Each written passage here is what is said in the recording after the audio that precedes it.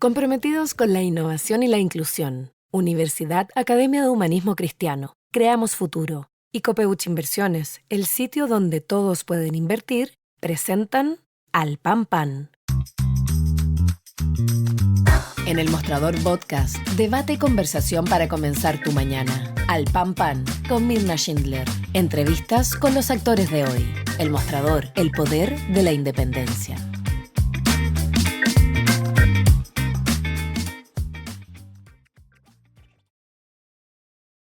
¿Cómo están ustedes? Muy buenos días, bienvenidas, bienvenidos a un nuevo capítulo aquí en el mostrador.cl, donde estamos, por supuesto, tocando los temas más relevantes de la contingencia nacional. Vamos a estar en el siguiente bloque con nuestro editor general y también con Juan Diego Montalva, Héctor Cosio, editor general, y Juan Diego Montalva, editor del newsletter Más Política del Mostrador, donde, por supuesto, uno de los temas centrales va a ser la muerte, el asesinato del carabinero Emanuel Sánchez, un nuevo mártir de la policía uniformada. Es el quinto carabinero asesinado en 2 años. Nuestro medio de comunicación, El Mostrador, y Carlos Vaso, también parte de nosotros, en su investigación señala que habría vínculos de estos detenidos, de los detenidos tras este hecho, con el tren de Aragua. Vamos a estar profundizando en aquello, pero ahora quiero pasar a presentar a nuestra siguiente entrevistada. Ella es una gran intelectual, doctora en estudios americanos, directora del Núcleo Interdisciplinario Individuo, Lazo Social y Asimetrías de Poder, NUMAP, de la Universidad de Santiago y también de la Universidad Diego Portales. Katia Araujo, que está con nosotros esta mañana. Katia, un gusto de verdad de tenerte con nosotros aquí en el Mostrador. El gusto es mío, Mirna, y buenos días para ti y para todos. Muchas gracias. Katia, a ver, yo creo que es imposible no partir con este caso, con el asesinato de este joven de 27 años, un carabinero, ¿no es cierto?, que repele la acción delictual de un grupo de individuos. Aparentemente todos son venezolanos, hay uno prófugo, ¿no es así? Y según nuestras investigaciones estarían vinculados al tren de Aragua. Te agrego, solo para cerrar el punto, una situación diplomática con Venezuela que escala y que podría, eventualmente, según lo que ha dicho el subsecretario del Interior, Manuel Monsalve, hacer revisar nuestras relaciones con Venezuela. ¿Qué representa para ti este caso en términos de lo que implica en materia de seguridad, de sensación, de miedo, que lamentablemente, ¿no es cierto?, profundiza esa sensación entre las personas de nuestro país? Bueno, antes que nada, yo creo, como todos y todas, lamentar esta tragedia, ¿no? Realmente para la familia, para la sociedad, para su propia comunidad, para el país, es trágico, es doloroso. Y creo que yendo a tu pregunta, y creo que tiene muchas diferentes aristas y consecuencias, algunas de ellas propiamente sobre seguridad, a las que no me voy a referir porque tengo colegas que son especialistas en estas temáticas y que conocen bien lo que está en juego con criminalidad, con crimen organizado hoy, que creo que es un tema general, pero sí me gustaría tocar esa otra arista que tiene que ver con mi especialidad y con lo que yo Por trabajo. supuesto. Em, yo creo que efectivamente, aumenta este sentimiento, que es un sentimiento que ya venía de mucho tiempo atrás, que es el sentimiento de temor en la población y que ha ido aumentando porque también la situación ha ido siendo cada vez más amenazante, más realmente amenazante, más allá de las cifras, las cantidades, etcétera, los grados de violencia, los grados de organización, el sinsentido de muchos de estos crímenes, la manera que han alterado la vida ordinaria, me parece, son de un gran costo para la población y producen estos sentimientos. Pero también yo creo que estos sentimientos también, y en la población creo que también hace parte de cómo se habla de esto, ¿no? O sea, porque yo creo que estas cosas y estos desafíos que las sociedades enfrentan, nos, sus consecuencias nunca son predecibles, no tiene que ser siempre una y va a depender también del modo en que uno enfrenta, encara lo que estamos enfrentando, que es un problema, de paso, hay que decirlo, Mirna, regional, no es un problema de Chile, es un problema de la región y creo que vale muchísimo la pena poner en contexto esto que está ocurriendo para enfrentarlo. Yo creo que como se está encarando, muchas veces lo que hace es aumentar el sentimiento de la población, que yo creo que está ya desde hace un tiempo. La pandemia ayudó a cristalizarlo, de estar viviendo en modo sobrevivencia, en modo urgencia.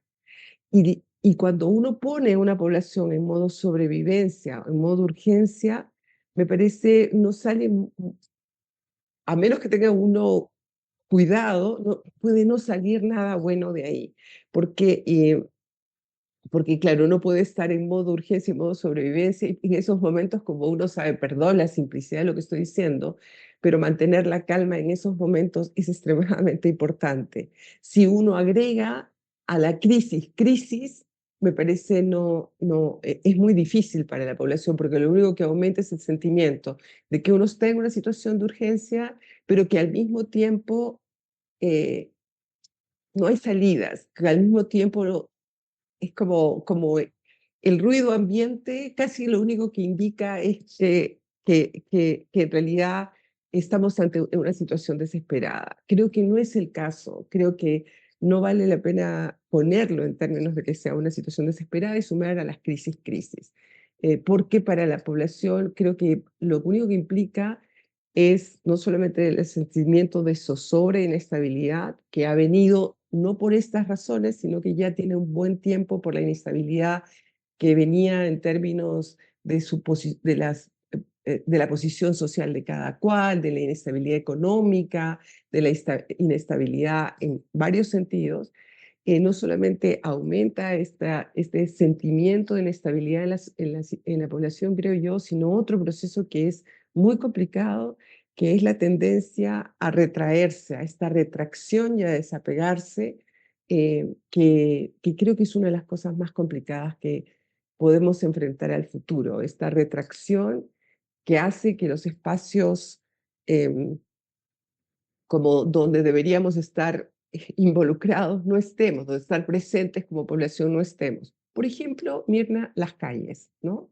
O sea, es un hecho que las noches en Santiago, todo el mundo lo sabe, se ha dicho, se han hecho, se ha verificado de todas las maneras, son noches que se han acortado, son noches que se han vaciado de público, las calles se vacían tempranamente y los espacios públicos, como ya lo he mencionado estudios, pero desde hace mucho tiempo, mientras más vacíos los dejes, más lo van a ocupar otros, ¿no? Menos ojos hay para cuidarte cuando estás ahí. Y como tienes menos ojos para cuidarte, como decía Jane Jacobs, entonces tienes más temor y más espacio entregado a los otros. Entonces, ahí yo creo que hay un riesgo muy grande, ¿no? De poner esto en sentimiento de urgencia, en modo sobrevivencia, a la que la conversación social y política especialmente, eh, sumando crisis a la crisis, lo que hace es poner el sentimiento de desesperación y de que las cosas están completamente fuera de control. La situación es grave, por supuesto. ¿Está fuera de control? No, no está. Y a quienes más necesitamos para todo esto son a las instituciones funcionando, por supuesto, que no tienen hoy todas las herramientas que necesitan, por supuesto, porque estamos enfrentando una situación nueva que se agudizó y que para la que no había precedente. Entonces las instituciones tienen que ayornarse para responder a eso, por supuesto, pero necesitamos a todos nosotros, a todas las ciudadanas y ciudadanos. Necesitamos que también la población participe y esa participación yo creo que se pone en riesgo, que adhiera, que esté ahí, para ponerlo en simple, se pone en riesgo porque este sentimiento de urgencia, desesperación, etcétera, hace que unos y que la población en general tienda a retraerse. No es Sí, solamente esta, es también la correcto. política, ¿no? Sí, es que quiero entrar después en el tema político y el bloqueo político que tú también has advertido en tus análisis, pero quiero entrar también, o sea, antes de eso, plantearte lo siguiente, porque, claro, cuando tú conversas con la gente en la calle, uno diría que hay tres temas que surgen de manera espontánea: seguridad, inmigración irregular y la situación económica. No llego a fin de mes, ¿no es cierto? Esa es la conversación, lo que ronda en las personas. Entonces, en lo último, en este no llego a fin de mes, en que no tengo la mejor atención en salud porque estoy en una lista de espera o mi hijo no está en las mejores condiciones, ¿no es cierto?, respecto de su educación, en fin. Y todos esos temas que fueron tan relevantes a propósito del estallido social y esa sensación de abuso, que era lo que, ¿te acuerdas la palabra que más resonaba en esos días? Era dignidad por un lado, abuso por otra. ¿Eso qué pasó? ¿Quedó ahí guardado, quedó dormido, quedó en un stand-by? ¿Cómo lo ves? Está ahí, eso es lo que veo. Estoy estamos haciendo trabajo de terreno, en realidad, dos grandes investigaciones y todo este material, todas estas conversaciones, todas estas entrevistas, etcétera, lo único que muestran es que eso no se fue a ningún lugar, eso está ahí. Que lo que pasa es que lo que ocurre es que siempre se generan como prioridades que son prioridades de buena manera producidas por la coyuntura, ¿no? No es que uno tenga una sola preocupación, uno tiene varias, pero la coyuntura y la conversación social parecen legitimar, dar más lugar a una de las preocupaciones que a otras, y yo creo que eso es una parte de las cosas que ocurren, pero uno podría decir, estas demandas, estas exigencias están ahí y no se han movido. Por eso es que nosotros que hicimos recién una investigación hemos insistido en que no es correcto decir que hay esta idea de desafección política y desinterés político general. Esa es una de las tesis. En otro momento, que era más el momento del estallido, había incluso la primera convención constitucional, había la idea de que lo que había era una gran organización política, adhesión política, etcétera. Y yo creo que ninguna de las cosas, lo que encontramos en ninguna de las cosas es lo que estamos hoy, frente a lo que estamos enfrentados, es a un momento en el cual hay alta politización, en el sentido que las personas tienen una interpretación política de su sociedad. Y en esa interpretación política de su sociedad, todas estas cuestiones ligadas al abuso, que no son del 19, Mirna, que vienen de estas Mm. investigaciones que yo hacía en el 2005, el abuso estaba ahí, lo que pasa es que tuvo mucho tiempo para lograr politizarse y no se ha ido. Las personas tienen una representación política en su sociedad, tenemos de manera muy importante, yo creo que hay una alta politización en Chile y todo lo muestra, todos los indicadores de, no solo investigaciones cualitativas, de todos lados, ese trabajo eh, que hicimos en el MUMAP con dos colegas más, por todos lados esto aparece, hay alto grado de politización, pero que no tienen una identificación con el sistema político, con la política institucional, que no van, que no se articulan en términos de sistema político institucional. Entonces tenemos una especie de, no sé cómo decirlo, de reserva de agua caliente, casi hirviendo, pero que no tiene cauce. Y eso yo creo que es como uno podría describir hoy lo que está ocurriendo y que queda un poco algunas partes de las discusiones sumergidas porque lo que aparece como urgencia son estos otros elementos que son elementos que son provistos también por la conversación social, porque eso también acontece en estas cuestiones. Yo creo que no ha desaparecido porque creo que no nos hace ningún bien interpretar el 2019, ya lo he dicho antes, creo que, y vuelvo a insistir, como si hubiera sido una especie de hecho fortuito, solamente vinculado a la violencia, porque no es así. Ningún país llega a ese punto si no han habido procesos anteriores y ¿no? De lenta cristalización. Yo creo que hay que recordar, y es muy importante recordar que para finales de diciembre del 2019, finales de diciembre del 2019, la academia que es esta encuesta que muchas veces se recurre de Ujú. muchos lados, mostraba que una parte muy importante de la población, ahora no me acuerdo si es 62, 73%, la verdad es que no recuerdo exactamente, pero una porcentaje muy importante de la población todavía apoyaba las movilizaciones, que quiere decir que estaba movilizándolas, estaba apoyándolas porque había una resonancia de estas demandas en lo que tenían que ver con su propia vida. Eso no ha cambiado, eso está ahí, y yo creo que lo que está ocurriendo es que también, quiero decir, después del 2019 y en adelante, no me parece que la clase política haya estado a la altura y está a la altura de lo que el país necesita a largo plazo, ¿no? O sea, están más enfrascados, creo, en disputas, eh, más en disputas de poder una, que una discusión válida, ideológica, con diferencias de posiciones sobre las soluciones a largo plazo.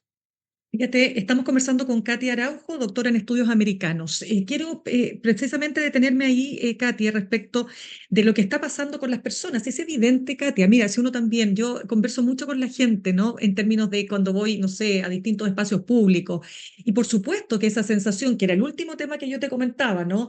No estoy llegando a fin de mes, no me alcanza la plata, me cuesta la vida, que tiene que ver con las cosas cotidianas, con esa intimidad que dice relación con cómo paro la olla, cómo satisfago mis necesidades más importantes, pero con dignidad, ojo, con Mm, dignidad. Ese es un mm. tema muy importante. Entonces ahí la pregunta es la siguiente, ok, está detenido, está stand-by, pero ¿qué significa que esté stand-by? ¿Qué significa respecto del sistema político que tú observas, ¿no? ¿Qué significa para lo que tiene que ver con las opciones que la sociedad entrega o los partidos políticos o el sistema político entrega? Porque tú incluso has llegado a sugerir que precisamente ante la falta de alternativas, las personas van buscando, van vitrineando, si tú quieres, y los populismos también surgen como posibilidades reales, ¿no? De poder materializar y llenar ese vacío. Sí, bueno, ese es un riesgo, ¿no? Ese es un riesgo muy importante. Yo creo que es muy importante para los partidos políticos, para el sistema político institucional, tener claro de que realmente se está jugando, realmente se está jugando su destino. Quiero recordar que antes, una cosa que a veces se olvida, yo creo que el 2019, salida del 2019, fue un, un nuevo aire para los partidos políticos. Es como que el mundo empezara después del 19, y en realidad hay que recordar que la crisis de los partidos políticos viene de mucho antes y que estaba en uno de sus peores momentos, ¿no? Y llegó a su peor momento con el 19, con octubre del 19, pero que la salida de eso dio un nuevo aire. Pero ese nuevo aire, bueno, que luego vino la pandemia, etcétera, etcétera, ese nuevo aire no va a ser infinito. Eso es lo que me parece. Y eso pone, por supuesto, en riesgo los canales tradicionales. Entonces, creo que, que hay muchas cosas que tienen que pensar los partidos políticos, muchas. Hay cuestiones que son estructurales, que los colegas cientistas políticos, y entiendo que hay iniciativas para pensar reforma política, que me parece muy bien, pero hay algo que pasa, que va más allá de lo que puede manejar y controlar las normas y las regulaciones y las leyes, que es, yo creo que una conciencia que no es, que el peso que tiene la manera en que se significan los conflictos, ¿no? Cómo el conflicto político aparece escenificado en el espacio público. Y algunos bordes y algunos límites de ese conflicto político, de cómo escenificarlo, de cómo, ¿no? Desarrollarlo, se han perdido en este tiempo. Y eso es muy complicado porque funciona, por un lado, debería funcionar como ejemplar para el país. Se supone que son actores mediadores, ¿no? Que deberían tener una dimensión ejemplificadora para el país, se supone, en muchas cosas, y por eso se les puede reclamar más que a cualquier actor político. Y eso no lo están cumpliendo por un lado, pero por otro lado porque alimentan, yo creo que es el otro lado que se encuentra en las investigaciones, que es esta rabia de las personas con la política, esta distancia de las personas con la política, ¿no? Las personas d- dicen, piensan, sienten que ya están cansadas de estas peleas sin fin y que las cosas no cambian para ellos, ¿no? O sea, por supuesto, en un momento pueden estar más de acuerdo con una cosa que con otra cosa, definir qué cosa les interesa o estar de acuerdo con un punto, con otro punto de ese debate, pero no con las formas en que se haga el debate y con el hecho que el propio conflicto, es decir, que el conflicto por el poder mismo sea más importante que el destino del país, que es en el fondo el destino y las formas que toma el camino y las vidas ordinarias de cada uno de nosotros y de nosotras,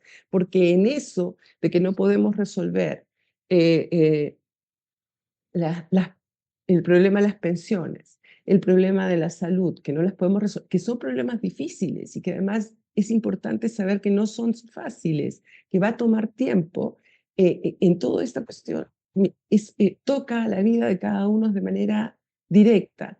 Entonces hay algo de hartazgo con esta cuestión de que parece que lo más importante resulta definir, seguramente políticamente tiene mucha importancia la lógica política que está funcionando ahora, pero definir, no sé, quién preside la Cámara o definir y que la conversación esté llena de las dificultades o no para decidir quién va a ser los candidatos municipales. Seguramente es algo que atinge mucho a los actores políticos, pero para las personas y cuando es una cosa que es como con un contrasentido respecto a las urgencias que están viviendo ordinariamente, ¿no? O sea, el encerramiento en sus casas, el temor, la falta, efectivamente, el no llegar a fin de mes, las dificultades para cumplir con eso, y que yo creo que Mirna, tú subrayas que es muy importante, eh,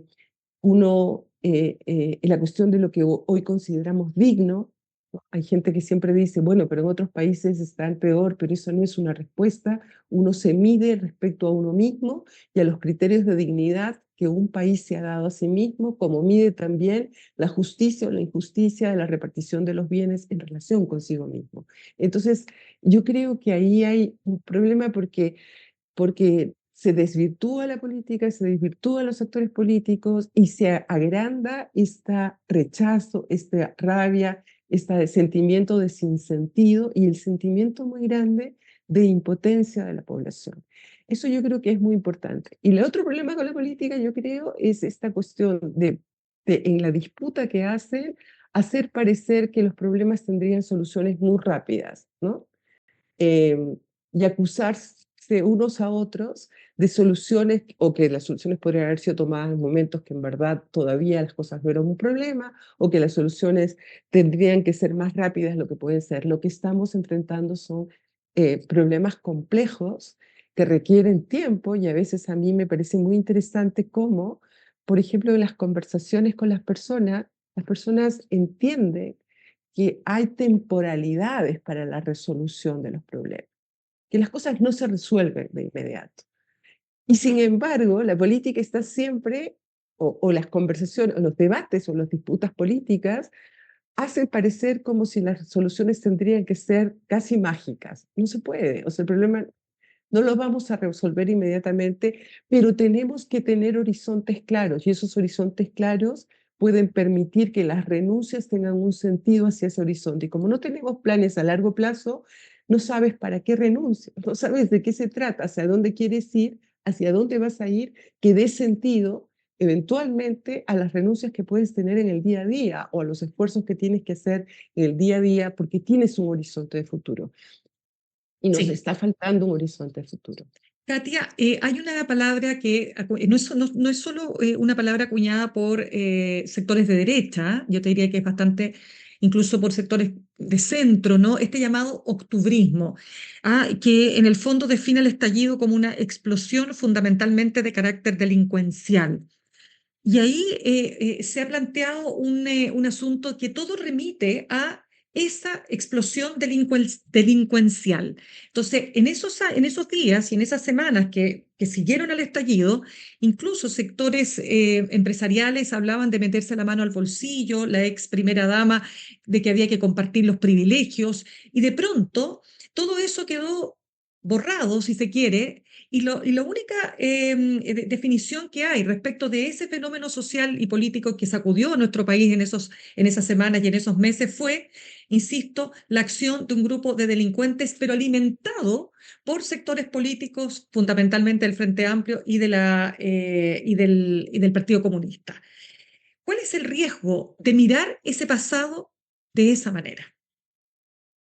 Bueno, yo primero pienso que es esta, desconocer los procesos que se están desarrollando en la sociedad chilena y que no han dejado de desarrollarse. O sea, de no mirar que el 2019 en realidad fue la expresión, ¿no?, de un proceso que sigue su camino, que no se cortó. Las sociedades no cambian de un día a otro y los problemas no se mejoraron ni se resolvieron. Entonces yo creo que plantearlo de esa manera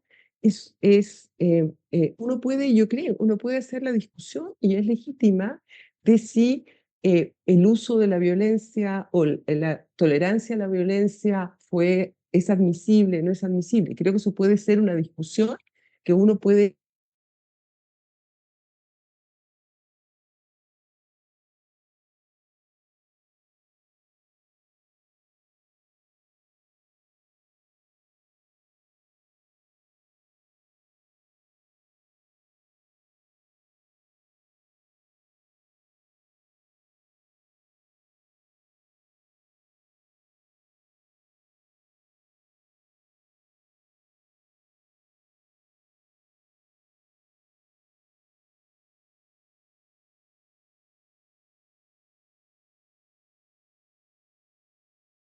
Momento de expresión en un camino.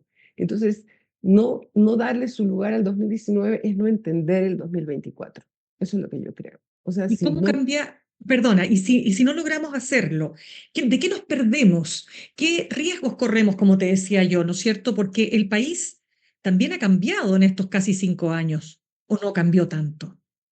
O sea, yo creo que el país cambió en muchas cosas, pero creo que, por eso insisto, o sea, las demandas siguen siendo las mismas. Es muy interesante que cuando uno va y pregunta por cuáles son las demandas principales, más allá del ruido de las noticias y de la coyuntura y del debate político, hay una regularidad increíble en los últimos 15, 20 años que yo estoy trabajando sobre esto en el material y yo creo que también en general, también en las medidas más encuestas cuantitativas, hay una regularidad increíble en que aquí el problema es salud, son pensiones, es educación. En el último tiempo, por supuesto, se ha subido también seguridad, pero hay una regularidad en estos problemas, en la manera en que las personas exigen y definen lo que esperarían y lo que requerirían para poder sentir adhesión por su sociedad, porque ese es el problema. El problema es que necesitas que las personas sientan adhesión por su sociedad, que sientan no solo por adhesión política, sino adhesión por la sociedad, por el colectivo. Y como este sentimiento de desencanto permanente, de promesas que no se cumplen, de cosas que siempre están, que son prioritarias, que siempre están por delante, me parece solo apunta y solo apoya esta falta de adhesión a la sociedad en su conjunto y a la cuestión colectiva. Para lo que viene en el mundo, como sabemos, que los desafíos son muy importantes en términos de cambio climático, de lo que vamos a tener que enfrentar con desplazamiento de personas, ¿no? La migración es un tema profundo hoy y es un tema que es vivido muchas veces como una dimensión problemática para los países de recepción porque tienen que encontrar maneras de lidiar con ella. Eso está previsto, va a ser un problema esencial en el futuro por todas, básicamente ligado al cambio climático. Vamos a enfrentar desplazamiento de personas, vamos a enfrentar carestía, vamos a enfrentar no solamente migraciones externas, sino migraciones internas, etcétera. Entonces, la ciencia, los científicos están avisando en un escenario que no va a modificarse mucho. Para poder enfrentarlo vamos a tener que tener grados de disciplina colectiva, grados de capacidad de renuncia colectiva y grados de adhesión, por lo tanto, al colectivo. Y eso hay que construirlo, porque lo que hemos hecho en los últimos, yo tengo la impresión que cuando uno, o más bien, cuando uno dice hay retracción, hay desapego, y es lo más urgente que tenemos que ver, no es algo que surgió de un día para otro, sino que hemos ido construyendo una sociedad que es una sociedad en la cual lo individual es lo central, en donde tenemos un problema, porque esto no solamente es problema de los políticos y de la política, ni del Estado y las instituciones del Estado, etcétera, sino es un problema también de la población, porque en la población yo creo que una de las cosas que hay que revitalizar es esta idea de la relación con el colectivo, la asociatividad, el fortalecimiento de la sociedad. Y todo empuja exactamente para el lado contrario. Si no somos una sociedad mínimamente ligada, adherida, con vínculos, con grados de asociatividad, que una esfuerzos, me parece muchos de los problemas que vienen, que pasan por seguridad, que pasan por lo que vamos a enfrentar y que estamos enfrentando ya con el cambio climático, con problemas que vamos a tener que enfrentar en el futuro, va a ser muy difícil de enfrentar. Entonces tenemos que prepararnos para eso, y eso significa un cambio bastante radical de cómo hemos estado haciendo las cosas.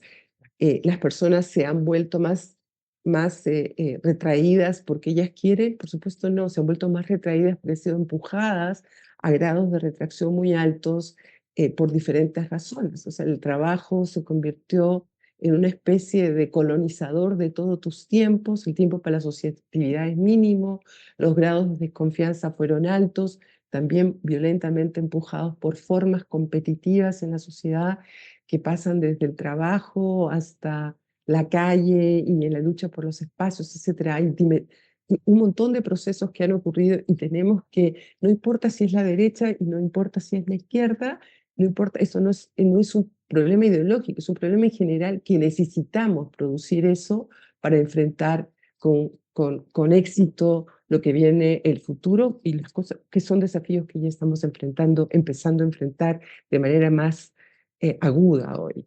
Entonces, sí, creo que hay muchas tareas que hacer. Miren, me quedaron muchos temas pendientes contigo, Katia, porque hay varios temas más que me encantaría seguir conversando. Lamentablemente se nos acaba el tiempo, pero quiero darte las gracias por haber estado con nosotros esta mañana. Gracias, Mirna, por invitarme. Muchas gracias. Muchas gracias también a ti. Muy buenos días. Adiós. Gracias. Saludamos a nuestros auspiciadores, Universidad Academia de Humanismo Cristiano, porque ha llegado el tiempo de cumplir tus sueños, de construir tu futuro, de aprender para transformar. Universidad Academia de Humanismo Cristiano, creamos futuro, acreditada y adscrita a gratuidad.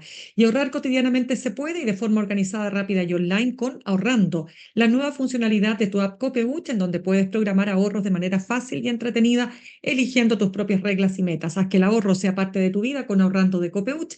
Más información en copeuch.cl. Y a la hora de hablar de dinero y poder, aprovecho a invitarte para que te sumes a nuestra comunidad del Mostrador Semanal, un newsletter que todos los domingos y jueves te cuenta lo que hay que saber en economía, finanzas y negocios. Inscríbete en la sección newsletter de elmostrador.cl. Vamos a una pequeña pausa y al regreso vamos a estar conversando con nuestro editor general, Héctor Cosio, sobre los temas de la semana y particularmente lo que ha pasado tanto con el carabinero como las revelaciones que ha hecho la Fiscalía sobre el crimen del militar venezolano Ronald Ojeda. Ya volvemos. En instantes, una nueva entrevista en Al Pan Pan con Mirna Schindler por El Mostrador Podcast, el poder de la transparencia.